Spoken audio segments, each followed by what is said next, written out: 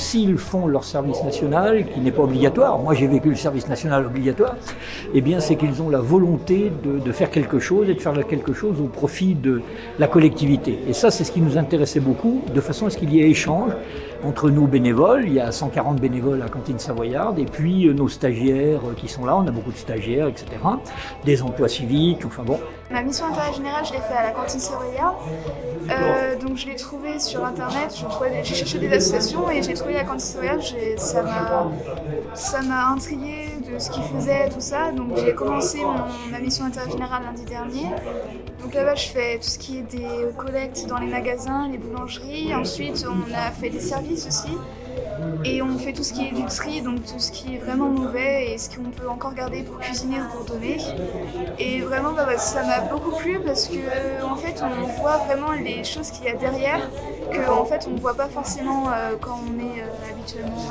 Je viens de réunir une vingtaine de jeunes qui font leur service national universel, avec une phase d'abord d'échange, où j'ai rappelé le contexte général. C'est-à-dire les remercier d'abord pour l'engagement, parce que c'est un engagement qui est essentiel. Vous savez, dans une société souvent trop individualiste, tout le monde se plaint d'individualisme.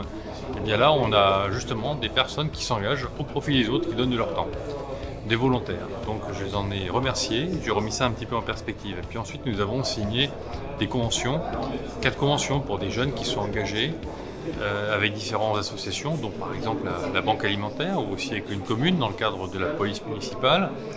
Et l'intérêt était de solenniser un instant comme ça, une signature de convention pour montrer cet engagement. On a eu cette crise malheureusement qui a tout perturbé le dispositif, mais le gouvernement a souhaité que ça soit quand même maintenu, que les jeunes qui avaient envie de partir puissent quand même faire quelque chose. Donc on a annulé les séjours de provision qui auront lieu au mois d'octobre, et on a inversé, on a commencé par les missions d'intérêt général. Donc on a remobilisé les jeunes, mobilisé des structures municipales, associatives ou autres pour qu'elles puissent accueillir dès cet été, même pour certains, des jeunes dans leur mission d'intérêt général. Donc on a inversé un petit peu ces 2 étapes.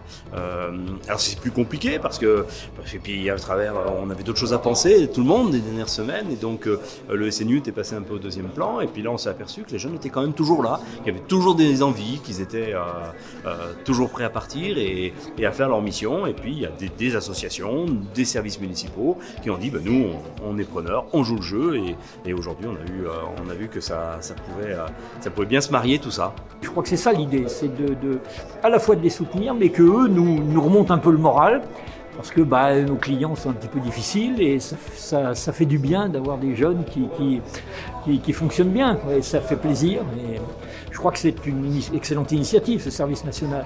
Les échanges qu'on a eus, on est sur le début de ce genre d'opération, ils nous ont apporté des pistes de progrès, notamment pour bien mettre en connexion les associations, les porteurs de projets et les jeunes eux-mêmes, pour arriver à faire une connexion entre leurs demandes et ce qu'on peut leur offrir. Donc nous allons bien évidemment travailler au cas par cas, on a déjà vu des pistes tout à l'heure très concrètes, donc je ne désespère pas de progresser sur le domaine et puis d'arriver à améliorer encore ce dispositif sur lequel nous travaillons tous.